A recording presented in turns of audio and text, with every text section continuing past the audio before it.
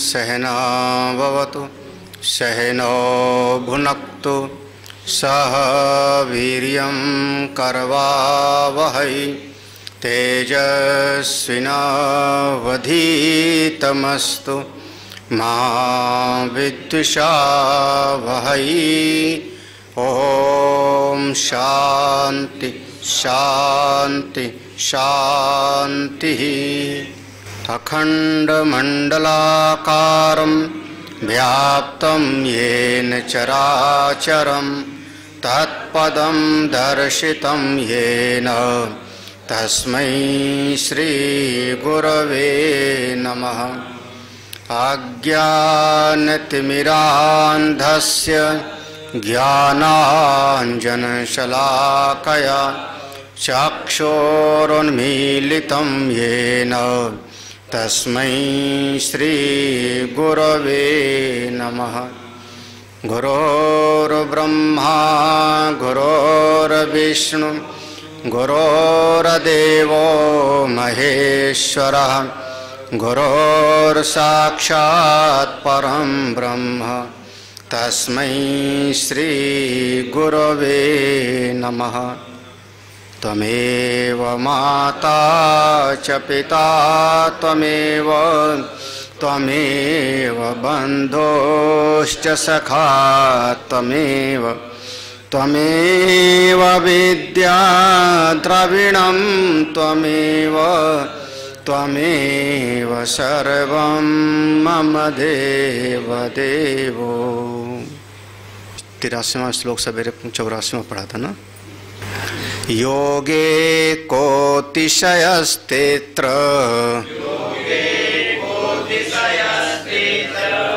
ज्ञानमुक्तं समं द्वयोः रागद्वेषादि अभावश्च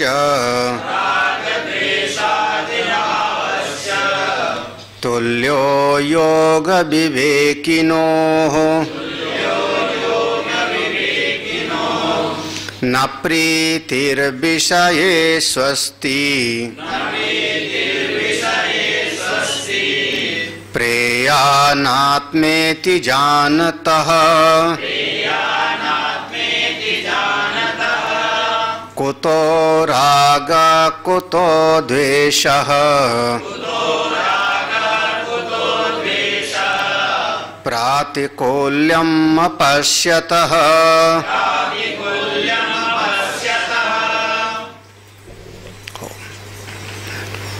परम श्रद्धेय दंडी स्वामी जी महाराज, परम श्रद्धेय नारायण चैतन्य जी महाराज, स्वामी ओंकारानंद जी महाराज, सभी आत्मस्वरूप भक्तजन, पंचदशीकार पूज्य स्वामी विद्यारण जी महाराज ने अपने आत्मस्वरूप का, अपनी आत्मा का आनंद कैसे मिले, इस विषय को लेकर के इस आत्मानंद प्रकरण को प्रारंभ किया। हर दृष्टि से विचार करते करते एक विशेष विषय लिया इन्होंने, योग का और ज्ञान का। योग में क्रियात्मक साधना होती है और ज्ञान में विवेकात्मक साधना होती है। योग के मार्ग में हम कुछ अपनी क्रिया शक्ति का उपयोग करते हैं और आसन प्राणायाम इत्यादि इस रूप से साधना करते हैं, और ज्ञान के मार्ग में हमारा विवेक, हमारी बुद्धि आगे होती है।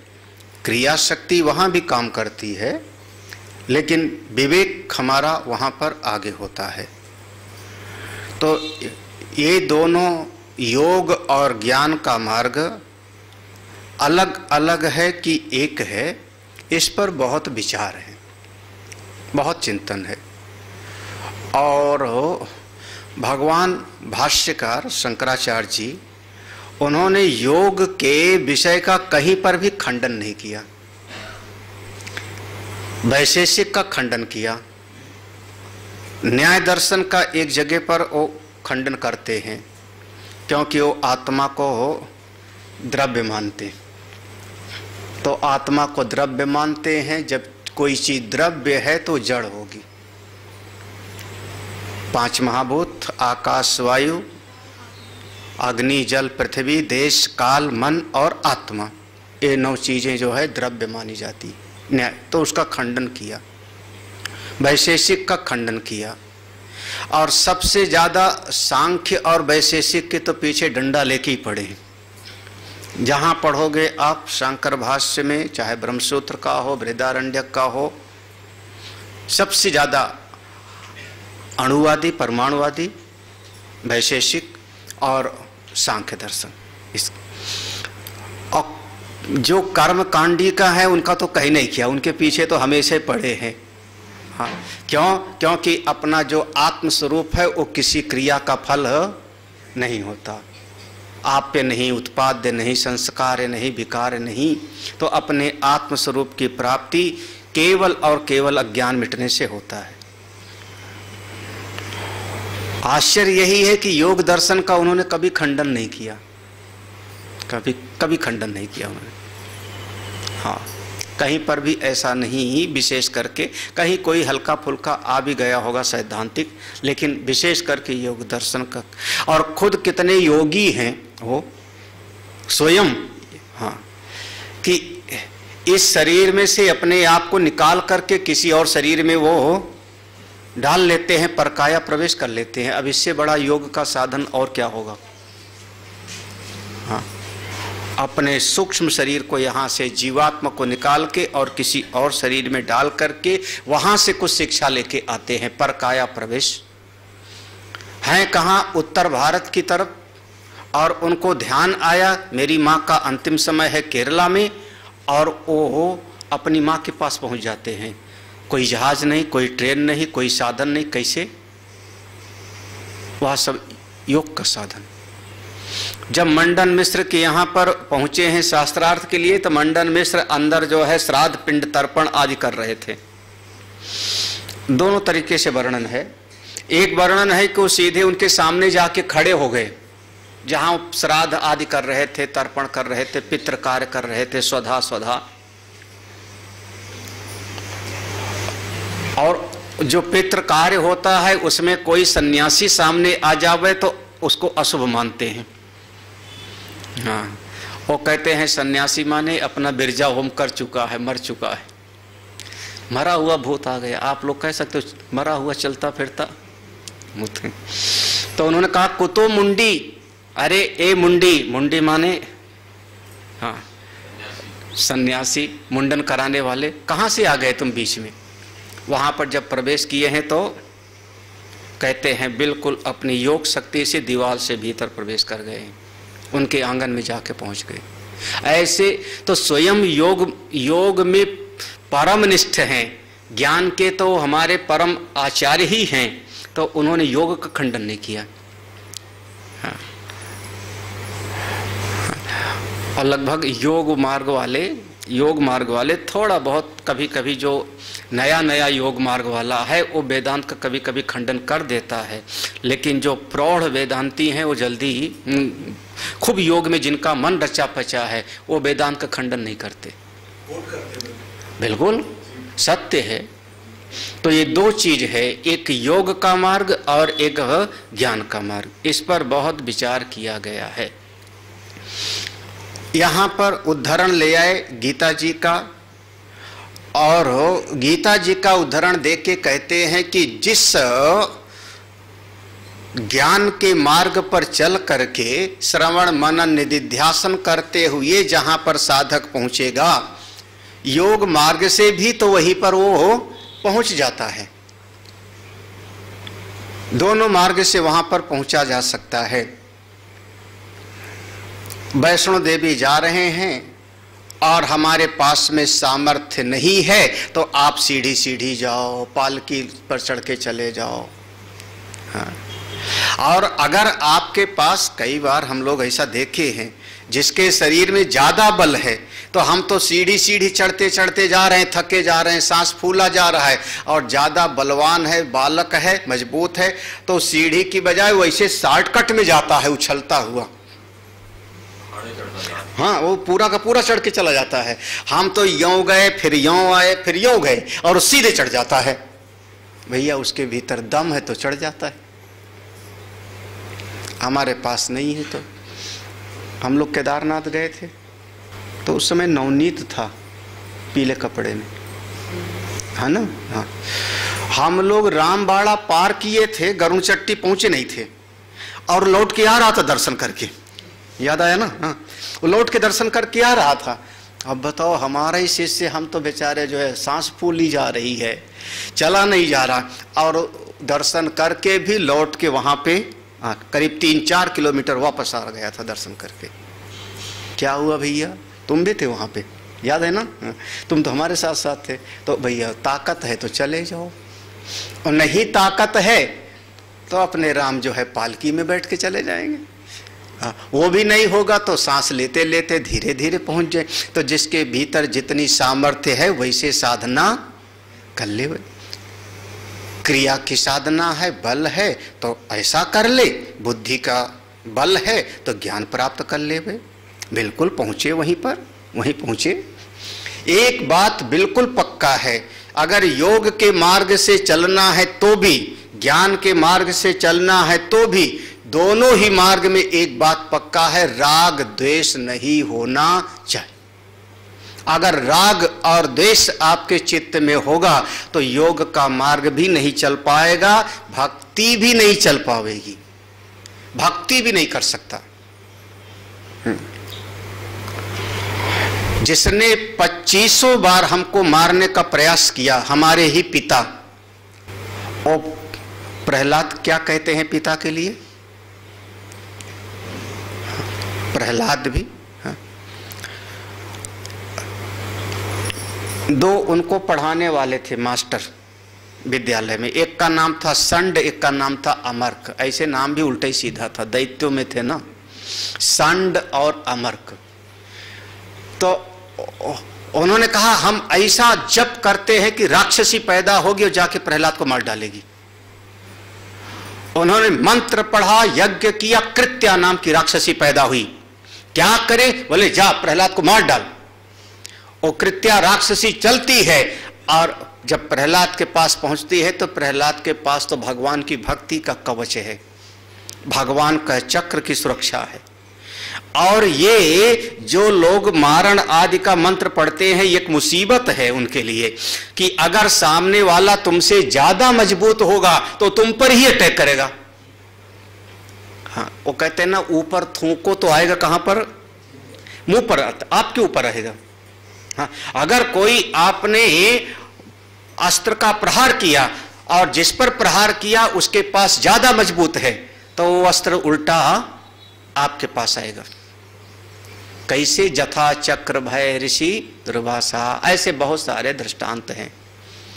वो कृत्या राक्षसी जब प्रहलाद पर प्रहार नहीं कर पाई, लौट आती है और आके संडमर को ही मार दिया। हाँ, जिसने पैदा किया उसी को मार दिया। ये शुक्राचार्य के पुत्र हैं, संड और अमर्क। जब दोनों मर गए, कृत्या राक्षसी तो शांत हो गई, गायब। तब प्रहलाद ने देखा, हाय हाय, हमको पढ़ाने वाले दोनों मास्टर मर गए। हाँ भैया, मास्टरों से बड़ा प्रेम होता है। फिर हाथ जोड़ करके प्रहलाद स्तुति करते हैं, अगर मेरे मन में किसी के प्रति शत्रु का भाव ना हुआ हो, अगर मैं अपने मन में किसी से द्वेष न करता हूं, मैंने सच्ची भक्ति की हो भगवान की, तो मेरे दोनों ही गुरु पुत्र जीवित हो जाएं। और संडमर्क जीवित हो गए। हाँ, जीवित हो गए। क्या मतलब हुआ, जिन्होंने हमको मारने का प्रयास किया उनके प्रति भी द्वेष का भाव नहीं। अब ये भक्ति में भी ऐसा होना पड़ेगा, भक्ति में भी। हाँ, चाहे आप योग की साधना, चाहे ज्ञान की साधना, चाहे भक्ति की साधना, बिना राग द्वेष को मिटाए आप आपकी साधना आगे नहीं बढ़ती। राग माने देखो, राग कहते हैं रंजनात रागा। राग सीधा सा समझना, आपका जो चित्त है, आपका जो अंतःकरण है, वो बिल्कुल सत्व गुण से बना। कल भी इस पर विचार कर रहे थे हम लोग। निर्मल है, सत्व गुण से बना हुआ है। जैसे एक वस्त्र है, बिल्कुल रुई का बना है, रुई से धागा बना, धागे से कपड़ा कुर्ता बना, बिल्कुल सफेद स्वच्छ है। लेकिन उसके ऊपर आपने एक रंग चढ़ा दिया, रंग चढ़ा दिया। जब रंग चढ़ा दिया तो अब वह वस्त्र जो मूल रूप में था सफेद, अब दिखाई कैसे पड़ेगा? जिस रंग को चढ़ाया है उस रंग वाला दिखेगा। उसी प्रकार से आपने अपने चित्त पर किसी की आसक्ति को, किसी की ये मेरा भला करने वाला है, ये मेरा हितकारी है, ये मेरा अपना है, ये हमारा प्रिय है, किसी न किसी को अपने चित्त पर इतना ज्यादा चढ़ा दिया कि अब आपको उसके अलावा और कुछ दिखाई न। इसका नाम होता है राग। जैसे हमने एक दिन बताया था, रंग का भी है, कम चढ़ा होगा तो जल्दी छूट जाएगा, ज़्यादा चढ़ा होगा तो जल्दी नहीं छूटेगा, और ज़्यादा पका दिया होगा तो कपड़ा फट जाएगा और रंग नहीं, ऐसे हो सकता है ना। ऐसे राग की भी अपनी मात्रा होती है, उसका भी प्रतिशत है, कितना चिपकाव है। थोड़ा चिपकाव होगा, गुरु जी का श्रवण होवे, श्रवण करो गायब, श्रवण से थोड़ा और ज्यादा होवे तो मनन करोगे, श्रवण मनन तो जाएगा। और ज्यादा चढ़ा है राग तो श्रवण मनन निधिध्यासन भी करो तब जावेगा।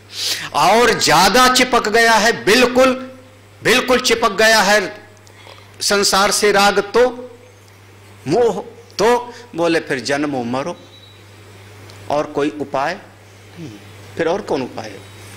आपका राग द्वेष कितना है, व्यक्ति से, वस्तु से, परिस्थितियों से, घटनाओं से, चित्त में कैसी राग माने जो आपके चित्त में छा गया है, पूरी तरह से चिपक गया है, उसी का नाम कहते हैं हम राग। इस राग को मिटाने का एक उपाय है, भगवान से कर लो अनुराग। हाँ, राग के पीछे जो चले, अनु माने पश्चात, हाँ, राग के पीछे जो आता है उसका नाम होता है अनुराग। किससे? भगवान से। अगर आप भगवान से भक्ति करते हो, अनुराग करते हो, तो इतना भगवान से प्रेम में डूब गए कि अब संसार में राग द्वेष का जगह ही कहां रहा। निज प्रभु मैं देख ही जगत के ही सन करही। अब किससे मैं विरोध करूं, किससे दुश्मनी करूं, किससे ममता करूं, क्योंकि तो सब मेरा प्रभु का ही स्वरूप। प्रभु से, अपने आराध्य से जब दृढ़ अनुराग होगा, दृढ़ विश्वास होगा, वो मेरे अपने हैं, आपका संसार का राग धीरे धीरे ढीला हो जाएगा, छूट जाएगा। ये उपाय है। राग से मुक्ति चाहिए तो भगवान से। दूसरा जो विचार किया जाता है, अगर इस राग से छूटना है, राग और द्वेष दोनों से, तो उपाय है प्रतिपक्ष भावना से विचार करो। योग दर्शन में ये विषय विस्तार से आया था, प्रतिपक्ष भावना, ये शब्द आया था, याद होगा, है ना, आया था, योग दर्शन पढ़ाया था। जिस चीज से राग है उसमें देखो तो कोई ना कोई कमियां भी होगी, और जिससे द्वेष है उसमें देखो तो कोई ना कोई अच्छाई भी होगी। जड़ चेतन गुण दोष में विश्व कीन्ह करता। कोई एक चीज ऐसी नहीं ढूंढ के ला सकते हो जिसमें गुण ही गुण हो, कोई एक चीज ऐसी नहीं ला सकते हो जिसमें दोष ही दोष हो। जो चीज 10 लोगों के लिए दवाई है वही शायद किसी के लिए जहर हो जावे। 10 लोगों का रोग ठीक करती है, लेकिन 11वें के लिए वो जहर भी हो सकती है। होता है कि नहीं ऐसा? उसका नाम चलो हम बता दे रहे हैं, उसका नाम होता है कि आपको एलर्जी तो नहीं है। हमारा एक शिष्य महाराज, उसको पेट में कोई तकलीफ, पेट में तकलीफ तो खाना न खावे, ज़्यादा दर्द होवे, ये होवे तो सवेरे सेब, दोपहर में सेब उबाल के खावें, शाम को सेब खावें, खूब सेब फल है, उससे ठीक हो जाएंगे। पीजीआई में जब ले गए और एलर्जी टेस्ट हुआ तो पता लगा सेब से ही एलर्जी है। याद आया कि नहीं? हाँ? सेब से था ना एलर्जी। हाँ, बाद में सेब खाना बंद कर दिया, ठीक। तो हाँ, तो अब जो सेब सबके लिए फायदेमंद है, क्या कह रहे हैं? An apple a day keep doctor, वाह वाह, ऐसा पढ़ाते थे ना, एन एप्पल अ डे, एक सेब रोज खाओ डॉक्टर को दूर, वाह वाह। वही सेब एक जिसको एलर्जी है उसके लिए वो नुकसानदेह हो गया ना। तो कोई ऐसी चीज नहीं जिसमें गुण ही गुण हो, और कोई ऐसी चीज नहीं कि जिसमें दोष ही दोष हो। जिस चीज से आपका राग है, उसमें राग है ना, और आपको आगे बढ़ना है, तो आप उसमें कमियां देखो, दोष देखो। जब उसमें दोष देखोगे तो वहां से आपका राग धीरे धीरे मिट जाएगा। जहां राग मिटा, ये जो कमियां देखते थे वो भी किनारे गया और आप शुद्ध हो जाओगे। जिस चीज में आपको दोष दिखाई पड़ता है, ये शत्रु है, ये खराब है, उसमें देखो तो कोई ना कोई अच्छा ही देखो। अरे उसको देखो, अपनी बात का, अपने वचन का पालन करने वाला है। हाँ? भले हमारी नहीं पड़ती, हमारा शत्रु है, लेकिन 10 लोगों का देखो भला करता है। हाँ? उसमें अच्छाई देखो, धीरे धीरे आपका शत्रु भाव, द्वेष मिट जाए। इसका नाम है प्रतिपक्ष भावना। अगर आप प्रतिपक्ष भावना से विचार करते हो तो आपके भीतर का राग द्वेष धीरे धीरे शांत हो जाएगा। ठीक है ना? समझना। एक उपाय और है कि सारी सृष्टि को जो दिखाई पड़ती है पूरे को आप मिथ्या समझ लो, झूठा, कुछ रहने वाला नहीं। जब कुछ रहने वाला नहीं तो किसी से मैं राग क्यों करूं और द्वेष क्यों करूं? हाँ, काहे के लिए करूं? सब देखते देखते दुनिया बदल रही है।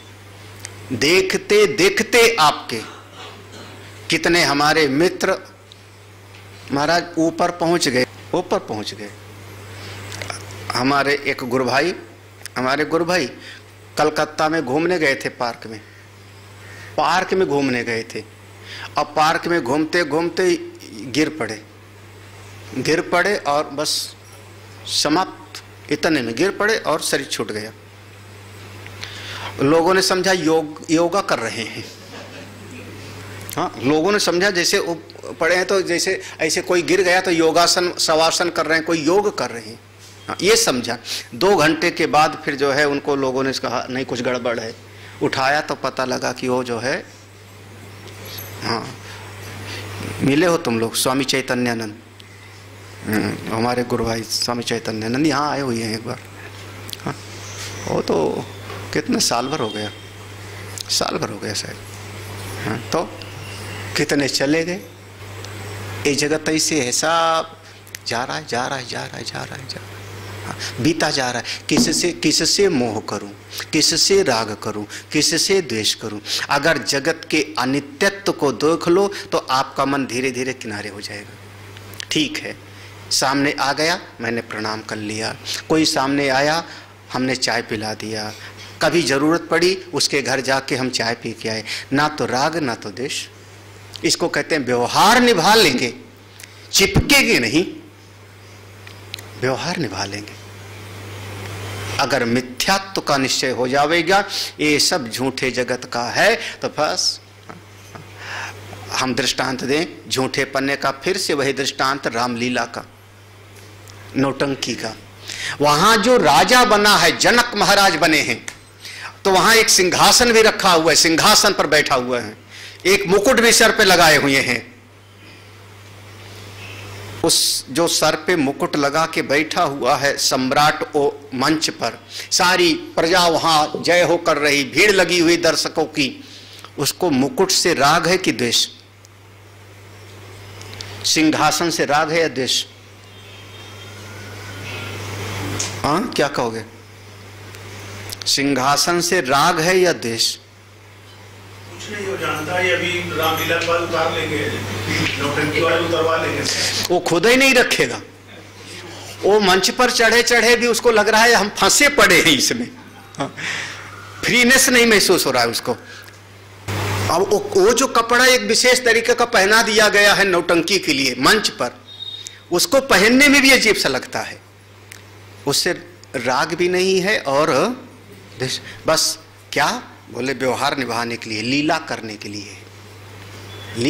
लीला किया, व्यवहार निभाया और उतार के किनारे रख दिया। अगर इस जगत को आप ऐसा समझ लो झूठापन, तो आपका राग कहाँ और द्वेष कहाँ? यही उपाय है। या तो भगवान से अनुराग करो तो जगत का राग मिटेगा, या तो प्रतिपक्ष भावना से विचार करोगे तब राग द्वेष दोनों मिटेगा, या तो जगत के प्रति मिथ्यात्व निश्चय हो जाएगा तब आपके चित्त का राग द्वेष जावे। ये अपने आप कहने से राग नहीं मिटेगा। राग तू भाग, द्वेष तू भाग, अब तो आज मैं राग द्वेष को भगा ही दूंगा, ऐसे कहने से नहीं होता।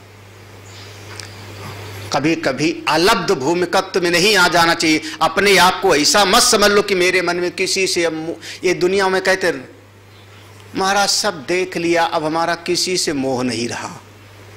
ये सब केवल जबानी जमा खर्च है। बहुत दिन हो गया कहानी सुनाई को, ढपोर संग होता था,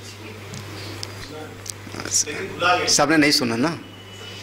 अरे को महात्मा थे, हिमालय में ध्यान कर रहे थे, साधना कर रहे थे। और महाराज ध्यान साधना से वो महात्मा जी के पास एक यक्ष प्रकट हो गया। उसने कहा अरे आप तो बहुत अच्छे महात्मा हो, भोजन वोजन कैसे चलता है? उन्होंने कहा कहीं कहीं मांग लेते हैं, चल जाता है। बोले नहीं नहीं, कोई मांगने की जरूरत नहीं, ये लो एक विशेष शंख दिया, ये शंख ले लो। जब सवेरे पूजा करोगे, पूजा करने के बाद कहना शंख भगवान लाओ, कृपा करो, 2 रुपया दो। शंख से 2 रुपया प्रकट हो जाएगा। आपके दिन भर का खर्चा 2 रुपया बहुत है, आज के 100 साल पहले, है ना, 2 रुपया बहुत है। वो यक्ष चला गया, महाराज वो शंख लेके आए। अब रोज पूजा करें, शंख भगवान अब 2 रुपया दे दो। महाराज शंख से 2 रुपया खन खन प्रकट हो जाओ। कब कहना क्या, पूरे दिन का खर्चा बढ़िया। ये क्या, अब तो मस्ती से ध्यान करें, कोई जरूरत ही नहीं ना भिक्षा मांगने की, हाँ ना भगत का पीठ ठोकने की। मौज में अपने हो गया, 2 रुपया बहुत है, बस हो क्या। अब वहां से चलते चलते आए और किसी भगत के घर पे रुक गए। बरामदे में उसने अपना चकत बिछा दिया। अब महात्मा जी वहां बैठ गए। सवेरे उन्होंने अपना फिर खोला, अपना भगवान को रखा, पोथी पत्र सब, शंख पूजा पाठ किया। पूजा पाठ करने के बाद उन्होंने कहा शंख भगवान 2 रुपया दो। खन खन निकला। वो घर की मालकिन पीछे से देख रही थी। ये महात्मा के पास जो शंख है इसमें से तो 2 रुपया निकला। अरे, और अंदर गई और अपने पतिदेव से किया लड़ाई उसने। जैसे वो बाबा के पास शंख है वैसे एक शंख ढूंढ के लाओ। आज तुम्हारा सारा काम बंद, न खेत पे जाओगे न कहीं पर, वैसे शंख ले आओ ढूंढ करके। अब उन्होंने शंख को देख लिया, जा करके वैसे शंख को ढूंढ लाए, खरीद लाए उसी तरीके का शंख। और मौका देख करके उसने वो शंख को जो है बदल दिया, बिल्कुल बढ़िया बदल दिया। वो जो है नकली वाला वहाँ रख दिया, असली वाला उसने घर पे रख लिया। महात्मा जी ने अपना जो है सब समेटा उमेटा, वहाँ से चले गए सीधे साधे संत भगवान। हाँ, उनको कौन सा। अब वो दूसरे गांव चले गए। वहाँ जब दूसरी रात रुके, दूसरे दिन उन्होंने कहा शंख भगवान लाओ 2 रुपया, कुछ ना निकले। अब क्या हो गया, फिर से बोला, तीसरी बार बोला, चौथी बार बोला, फिर से कुछ ना निकला। उनका कुछ गड़बड़ हो गया। अब महाराज फिर से जो है अपना चलो वहीं हिमालय भी यात्रा, अपना हिमालय में चलते, कहाँ भिक्षा मांगेंगे। फिर से हिमालय पहुंचे, वहां पहुंचे, फिर से वैसे ध्यान, वो यक्ष फिर प्रकट हो गए। फिर से आ गए तुम। क्या हुआ? बोले वो शंख अब नहीं देता आपका, वो बस 4-6 दिन दिया, 10 दिन, उसके बाद नहीं देता। वो सब समझ गया यक्ष। उसने कहा इससे बड़ा वाला शंख लो, एक बड़ा वाला शंख दिया। पूछा ये क्या है? बोले जब इसका नाम है ढपोर शंख, उसका नाम था शंख, इसका नाम ढपोर। इतना बड़ा है देखो। पूछा क्या विशेषता क्या है? बोले जब ये तुम कहोगे ना सवेरे कि शंख भगवान 2 रुपया दो, तो इसमें से आवाज आएगी। 2 क्यों, 4 ले लो। 4 ले लो। फिर जब तुम कहोगे अच्छा 4 लाओ, तो कहेगा 8 ले लो। डबल करके बोलेगा, देगा नहीं कुछ। देगा नहीं, बोलता जाए। अब महाराज फिर वो यक्ष ने कहा उसी के घर पे रुकना, बरामदे में जाके, जिसके यहाँ पहले रुके थे। वो महाराज फिर वहीं पर आए, फिर वहीं पर आकर रुके, वहीं से तखत पे। वो जो भगत और भक्तानी थे दोनों देखे, अच्छा फिर से आ गए महात्मा, कुछ खास लेके आए होंगे साधना उधना करके। वो फिर वही पूजा किए। शंख भगवान 2 रुपया दो, तो शंख से आवाज 2 क्यों, 4 ले। अब वो अंदर से सुना ये तो डबल करके देते। अब मौका देखा तो उनका जो असली वाला शंख था वहां रख दिया और ढपोर शंख को चुरा लिया उसने। वो महात्मा जी अपना झोला वोला उठाए और चल पड़े। अब वो जो वो सब जो है, अब वो जो है भक्तानी दूसरे दिन सवेरे नहाई धोई, शंख को रखा, फिर पूजा किया। शंख भगवान 2 रुपया दो, शंख से आवाज 4 ले। 2 क्यों, उनका अच्छा 4 रुपया दो। शंख ने कहा 8 ले। फिर उनका अच्छा 8 दे दो। फिर शंख से 8 क्यों, 16 ले ले।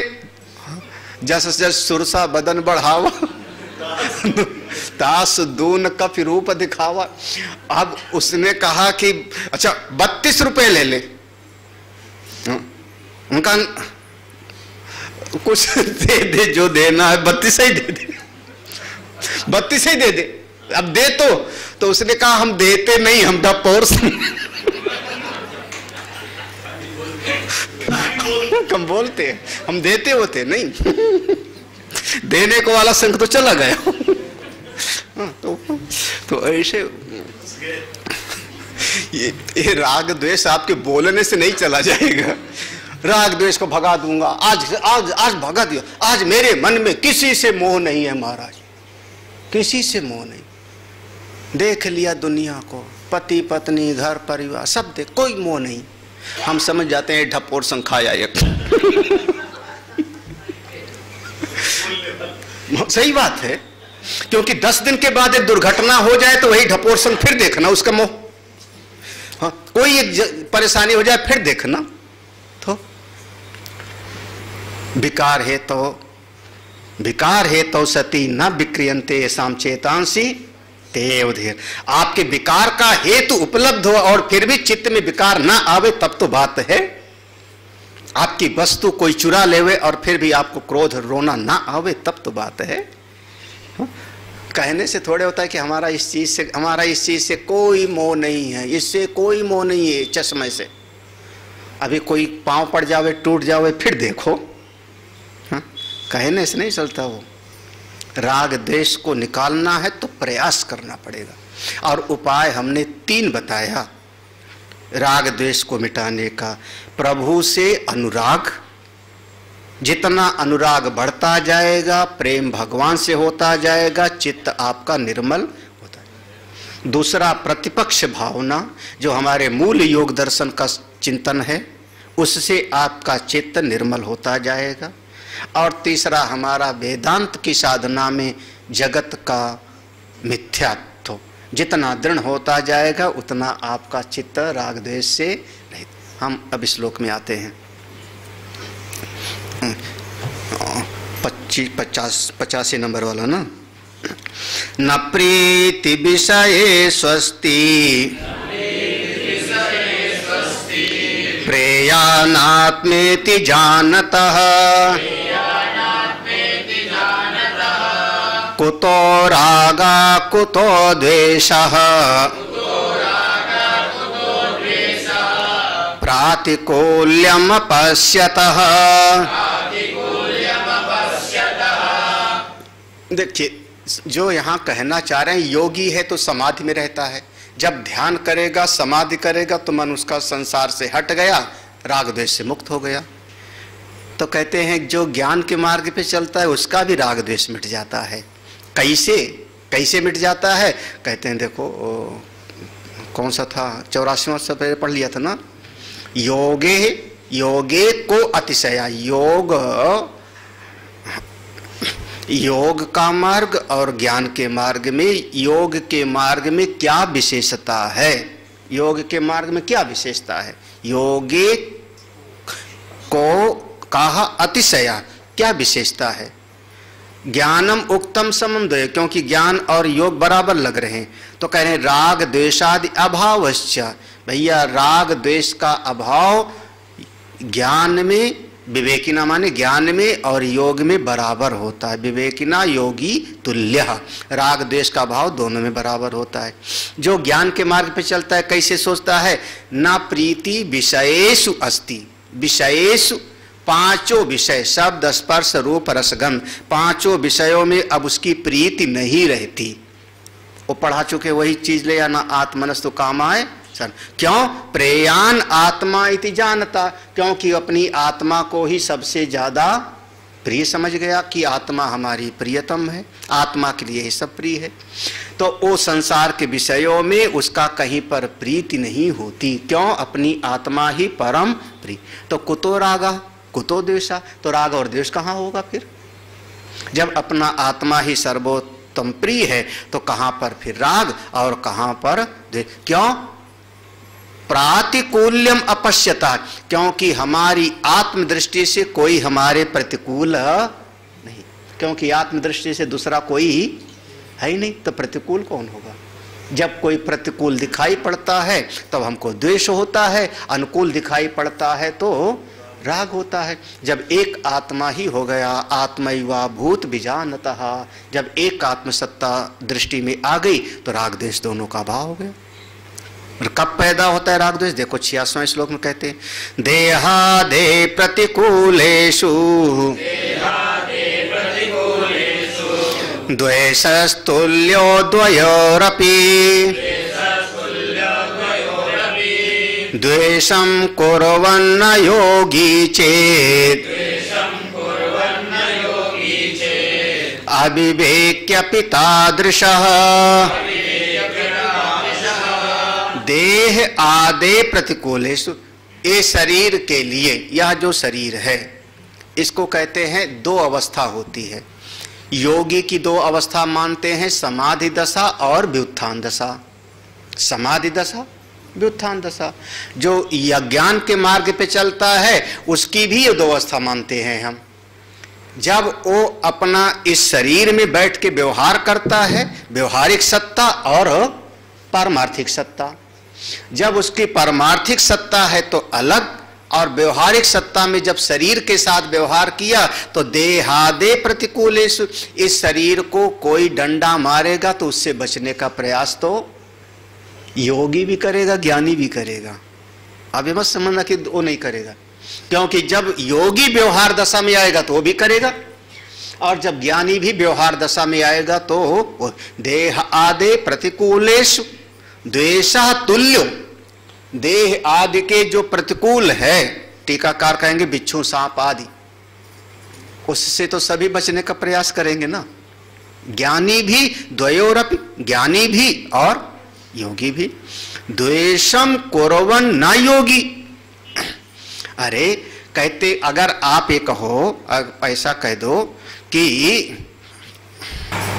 अगर कोई इस जगत में कोई किसी से द्वेष करता है, कोई किसी से द्वेष करता है, ध्यान देना यहाँ पर जो कहना चाह रहे हैं कि अगर व्यवहारिक दशा में आएगा शरीर के धरातल पर तो ज्ञानी भी उससे बचने का प्रयास करेगा, सांप बिच्छू से, और अज्ञानी भी।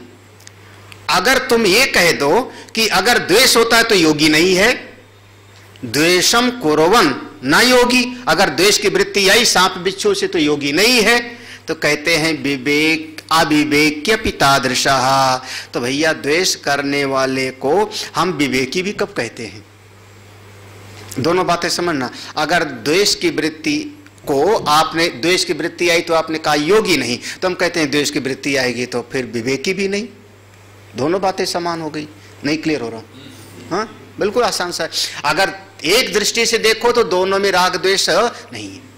स्वरूप में वो परमार्थ दशा में और वो समाधि दशा में राग द्वेष से रहित हैं। व्यवहारिक दशा में राग द्वेष थोड़ा सा योगी में भी दिखाई पड़ता है और थोड़ा सा ज्ञानी में भी दिखाई पड़ता है। आप कहोगे जो योगी द्वेष में जरा सा द्वेष किया तो योगी नहीं, तो हम कहते फिर वो ज्ञानी भी नहीं। दोनों बातें, दोनों बिल्कुल बात समान चलती है। देखो इसीलिए कहते हैं द्वैतस्य प्रतिभानं तु व्यवहारे द्वयो समम् समाधौ नेति चेत्तद्वत् नाद्वैतत्व विवेकिनः विवक्ष्यते तदस्माभिः अद्वैतानंद नामके अध्याये हि तृतीयेतः सर्वम् अप्यतिमंगलम्। वो दो अवस्था का आप हमेशा ध्यान रखना, दो स्थिति का। जैसे हमारे जीवन में एक है सुषुप्ति वाला और एक है हम जागृत में जब व्यवहार करते हैं। दो दशा हो गई ना ये हमारी भी। हम गहरी निद्रा में सो गए। अच्छा, गहरी निद्रा में सो जाओ तो बिच्छू पास में आवे तो क्या करोगे? हाँ, गहरी निद्रा में सोए हो, गहरी निद्रा में, और बगल से सांप गुजरा तो क्या करोगे फिर? हाँ, पता ही नहीं लगेगा तो कुछ नहीं है ना। तो वहां पर जो है जब सुसुप्ति में चले गए तो किसी से राग भी नहीं है, चाहे किसी से देश में, यही ना। और जब जग गए तो जग गए, सांप दिखाई पड़ गए तो वहां 6 किलोमीटर दूर खड़े हो गए पहले। आए सांप तो जाने दो, एक काकरोच दिखाई पड़ जाए फिर देखो। हाँ, खास करके देवियां, काकरोच इतना बड़ा होता है, लाल लाल, है ना। जरा से दिख, छिपकली कितनी बड़ी होती है, इतनी बड़ी, राम राम। हाँ, जब जग गए तो राग द्वेष होता है और गहरी निद्रा में चले गए तो अज्ञानी का ये दो स्थिति, सुषुप्ति और जागृत। योगी की दो स्थिति, समाधि दशा और व्युत्थान दशा। और वेदांती की दो दशा, परमार्थ बोध की निष्ठा में, परमार्थ सत्ता में और व्यवहारिक सत्ता में। ठीक है ना। तो दोनों सत्ता का समझना चाहिए। परमार्थ दशा में जो ज्ञानी है उसके लिए दूसरा कुछ है ही नहीं, दूसरा कुछ है ही नहीं, एक आत्मा ही है। तो उसका किसी से राग और द्वेष नहीं, जो वेदांती है। और जब व्यवहार आएगा तो कोई शरीर को जो है भोजन कराया तो उसको स्वस्ति करेगा, तेरा कल्याण हो, उस तेरा भला हो। कोई शरीर को ताड़ना दिया तो कहेगा जाओ जैसा कर्म है तुम्हारा अपना भोगो। व्यवहार दशा में ये जो तत्ववेत्ता योगी है, जब समाधि दशा में है तो उसको जगत का भान ही नहीं है। व्युत्थान दशा में उसके भीतर भी थोड़ा बहुत अनुकूल और प्रतिकूलता होएगी। तो ये तो सब में समान है जी। तो ये दो दशा की स्थिति का भेद करके ले, तो वही कह रहे हैं द्वैतस्य प्रतिभानम तु, द्वैत का जो भान है, द्वैतस्य, द्वैत का प्रतिभान व्यवहार काल में दोनों में समान है, दोनों में समान है। किसमें? योगी और ज्ञानी। समाधौ न इति चेत, अगर तुम ये कह लो कि समाधि दशा में तो व्यवहार का, जगत का कोई भान ही नहीं होता, तो कहते हैं ना अद्वैत तत्व विवेकिनः समाधौ न इति चेत। जो योगी है जब समाधि दशा में चला गया तो उसको द्वैत का भान नहीं होता, तो कह रहे हैं कि ना अद्वैत तत्व विवेकिनः। अगर ऐसा जो है पाठ होगा तो अनुकूल होगा। ना तद्वत् समाधौ नेति चेत, तद्वत् उसी प्रकार से, ना अद्वैत, अद्वैत नहीं होगा, अद्वैत तो विवेकिनः, अद्वैत तत्व का विवेकी जो है उसके भीतर वो भी नहीं होगा। जैसे योगी को समाधि दशा में कोई नहीं होता तो ऐसे भी दोनों चल जाएगा। अद्वैत तत्व, अद्वैत तत्व या अद्वैत तत्व, दोनों से विवेकना। विवक्षते तदस्मा भी, इस बात को विवक्षते माने हम आगे भी बताएंगे, अभी हमारी विवक्षा पूरी नहीं हुई, बताने का भाव पूरा नहीं हुआ है। अस्मा भी, हमारे द्वारा अभी पूरा तरह से हम बताए नहीं है, अभी हम आगे भी बताएंगे। अस्मा भी तद विवक्षते, हमारे द्वारा अभी आगे बताया जाएगा। कहाँ पर? आनंद नाम के अध्याय। अगला अध्याय कौन सा होगा? अद्वैतानंद, अद्वैतानंद नाम के अध्याय में। कौन सा अध्याय होगा क्रम से? पहला था इसमें योगानंद, दूसरा हो गया ये आत्मानंद, तो तीसरा हो गया तृतीय, तीसरा अध्याय हो जाएगा आत्मानंद। तो अस्माभि तद अस्माभि विवक्षते अद्वैतानंद नाम के अध्याय। हाँ, तृतीय अद्वैता नाम के अध्याय, तृतीय अध्याय में अद्वैतानंद नाम के अध्याय में बताएंगे। फिलहाल मेरा आशीर्वाद है सबको, सर्वम अपयति मंगलम, सब आपका मंगल होवे। इसका मतलब देखो, अब ये अध्याय की परिसमाप्ति जा रही है ना। सर्वम सर्वम अपि अति मंगलम, चाहे योग मार्ग से साधना करो वो भी आपका कल्याण करेगा, चाहे ज्ञान के मार्ग से साधना करो वो भी आपका कल्याण, दोनों मार्ग से। आप वो कहते हैं ना, एक घड़ी आधी करी आधी में पुनि। हाँ, अरे थोड़ा सा भी सत्संग सुनने लेंगे शायद उसी से। हाँ, आजकल हम कहानियाँ सुनानी बंद कर दिए, पहले हम बहुत सुनाते थे। एक बुढ़िया माई की कहानी सुनाते थे, आज याद आ गया। हाँ, एक ही बार सत्संग सुनने गई थी, चोरी से बच गई थी। सुना है सबने कि नहीं वो हमारी कहानी? अरे एक कोई गांव में कथा हो रही थी, भागवत कथा हो रही थी, सारा मोहल्ला जा रहा था, एक बुढ़िया माई बिल्कुल नहीं जा रही थी। एक दिन सब मोहल्ले वालों ने पकड़ा, चलो चलो चलो चलो, जबरदस्ती लेके गए। तो अब दिन भर तो घर में रहती हैं, दुनिया भर का प्रपंच, मन लगे कैसे? हाँ, वो वाला। तो अब हाँ, तो अब महात्मा जी जो सुना रहे थे भागवत कथा, उन्होंने कहा ठाकुर जी की पूजा करनी चाहिए, मानसिक पूजा करना चाहिए। मानसिक पूजा करते समय क्या बोलो? भगवान को बुलाओ, आवाहितो भव, आइए प्रभो। उनको एक लाइन याद रही, आइए प्रभो। थोड़ी देर में ऊँघने लगी। तब तक फिर जैसे उनका ध्यान टूटा थोड़ा ऊँघने से, तब तक पंडित जी सुना रहे थे कि वो कह रहे हैं कि भगवान आ गए, तब उनको कहिए बैठिए प्रभु, बैठिए, आसन दीजिए, आसनम समर्पयामी। हाँ, उसके बाद फिर उनको ऊँघ आलस आ गया। थोड़ी देर के बाद में फिर जब उनका जो है ध्यान टूटा, तो वो पंडित जी कह रहे थे पूजा हो गई, षोडशोपचार की पूजा हो गई है, आप भगवान से कहिए जा रहे हो प्रभु, अब आप अपने जहाँ से आए वहीं जाइए। उनको बस और तो कुछ सत्संग में 1.5 घंटे में कुछ याद नहीं रहा, 3 ही लाइन याद रही। आ गए, आइए, बैठ गए, बैठिए, जा रहे जाइए, बस 3 लाइन। अब वही 3 लाइन रटते, आ गए, आइए, जा रहे जाइए, बैठ गए, बैठिए, जा रहे जाइए।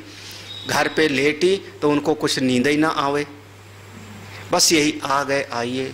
इतने में कुछ चोर लोगों ने कहा बहुत कमाई करके रखी है माई, वो दीवाल काटा, सेंध बोलते थे पुराने जमाने में, दीवाल को काटा।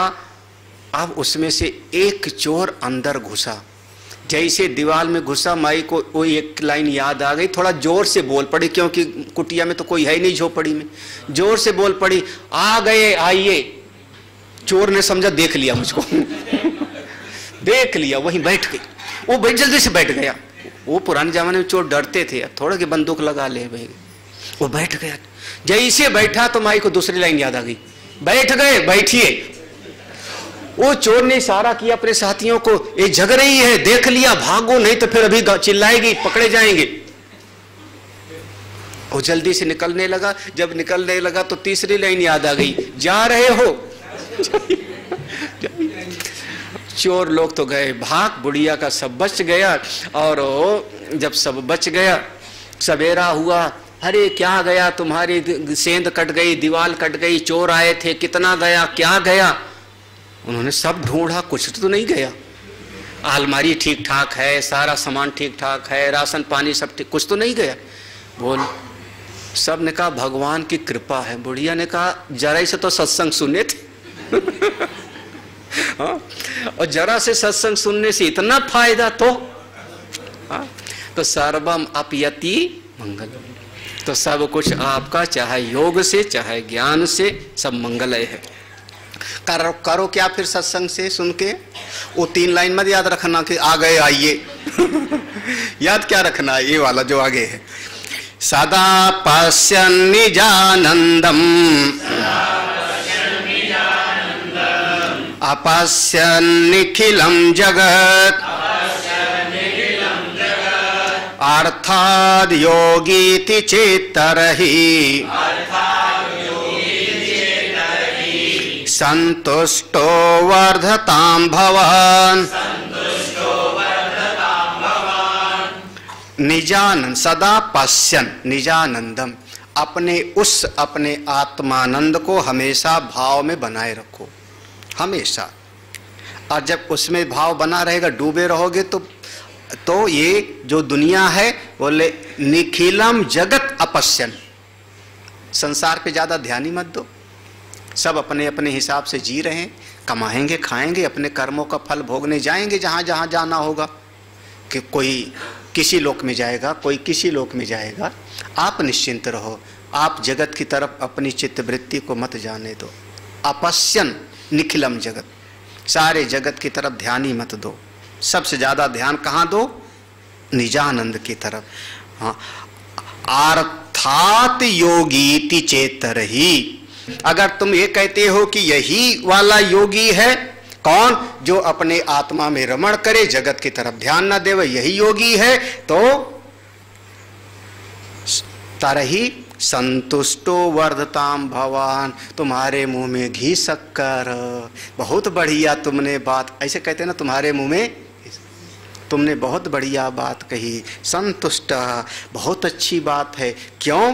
क्योंकि हम भी तो यही कहते हैं, जो योग वाला है, योग वाला भी अपने आत्मा में रहता है, संसार पर ध्यान नहीं, और ब्रह्म ज्ञान वाला भी अपनी आत्मा में रहता है, संसार की तरफ ज्यादा उसका राग और द्वेष, इसीलिए ठीक है। अंतिम है, अंतिम है फलश्रुति है, ब्रह्मानंदाभिधे ग्रंथे मंदनुग्रह सिद्धये द्वितीय अध्याये तस्मिन् आत्मानंदो विवेचितः।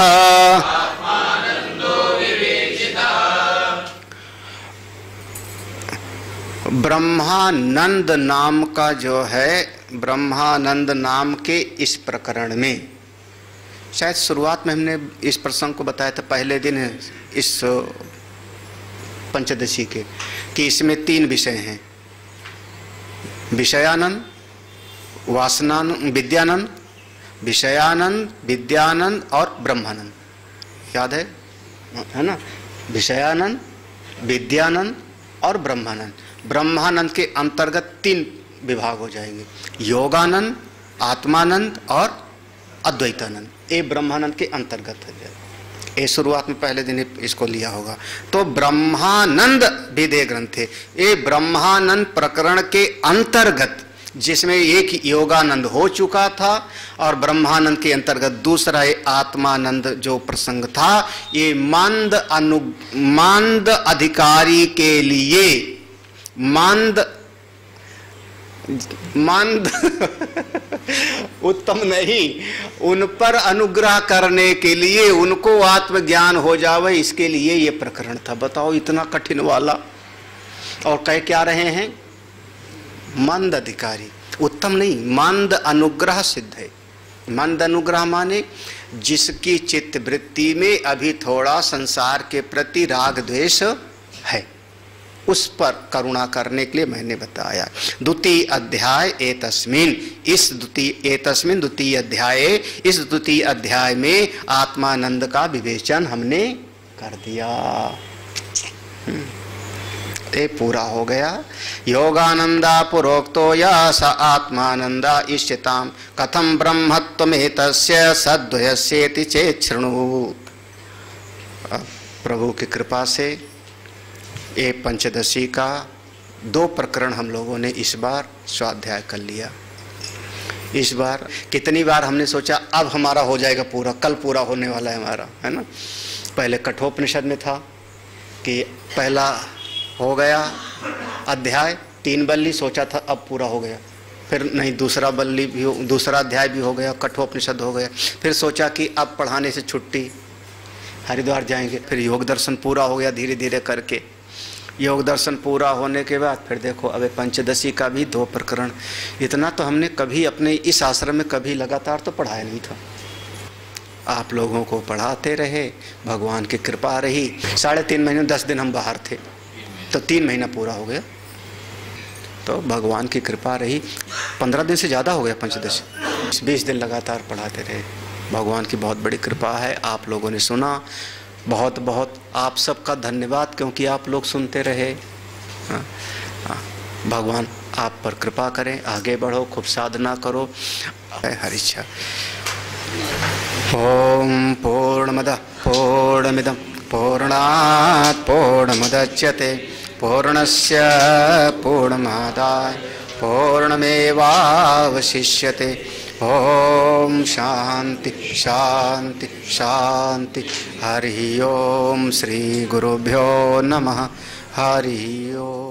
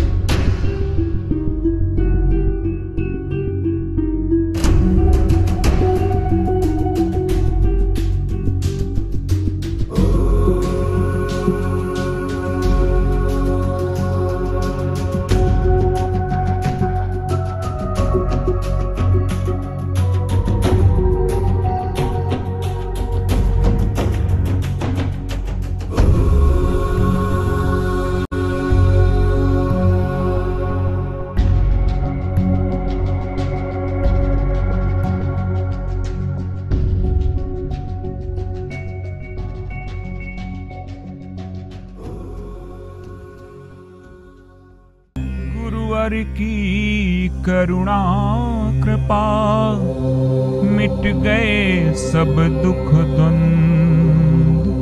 धन्य धन्य तुम धन्य हो मेरे सद्गुरु अभया। परम पूज्य आनंद कंद सद्गुरुदेव भगवान के द्वारा संस्थापित आर्ष विद्या गुरुकुलम का भी एक लघु परिचय आपको प्राप्त हुआ। आइए अब अपने सद्गुरुदेव भगवान की ही अमृतमयी वाणी में आर्ष विद्या गुरुकुलम की एक झलक देखते हैं। पूज्य गुरुदेव की कृपा से और परमपिता भगवान की कृपा से मन के भीतर एक भाव पैदा हुआ कि समस्त जीवों का हित हो, साधना के मार्ग पर सभी लोग अपने आगे बढ़ें। जो जीवन का परम प्रयोजन है, आत्यंतिक सुख की प्राप्ति और पूरी तरह से जीवन में से दुख की निवृत्ति, इसी उद्देश्य को लेकर के यह श्री शौनक आर्ष विद्या प्रन्यास नाम का एक संस्था गठित की गई सन 2002 में, जिसके अंतर्गत ये आश्रम का निर्माण 2002 से शुरू हुआ। साधना के इसमें 3 स्वरूप होते हैं। कर्म के मार्ग में साधना हो, इसके लिए यज्ञशाला का निर्माण किया गया। हमारा मन भगवान के साथ में जुड़े, भाव के साथ में भक्ति करें, इसके लिए दक्षिणामूर्तेश्वर भगवान शिव की स्थापना की गई। और मनुष्य के जीवन में बहुत सारी समस्याएं उसके अज्ञान से आती हैं, भ्रम से आती हैं।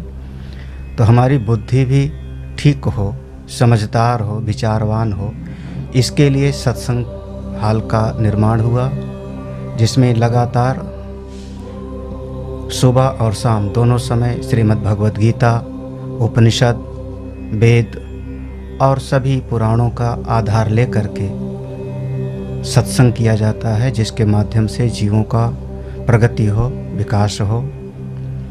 आश्रम की विधा में एक गौशाला का भी निर्माण किया गया वर्तमान में, जिसमें लगभग 35 छोटी बड़ी गौवें हैं। जब तक कोई भी व्यक्ति भारतीय संस्कृति में संस्कृत विद्या को, संस्कृत भाषा को नहीं समझेगा, तब तक शास्त्र में और वेद में प्रवेश नहीं होगा। इसलिए बच्चों से ही यह संस्कार आगे बढ़े, इसके लिए संस्कृत पाठशाला बनाई गई, जिसमें संस्कृत विद्या का ज्ञान प्रदान किया जाता है। और इन्हीं बच्चों में से कोई न कोई आगे बढ़कर के ब्रह्म विद्या को प्राप्त करता है, करेगा, जिसका जीवन परम कल्याणकारी होएगा, उसके अपने लिए भी और समाज के हित लिए भी। जीवन का मूल सूत्र यही है, सर्वे भवन्तु सुखिनः, सर्वे सन्तु निरामयाः, सर्वे भद्राणि पश्यन्तु, माँ कश्चित् दुःख भाग् भवेत्। ओम शांति शांति शांति।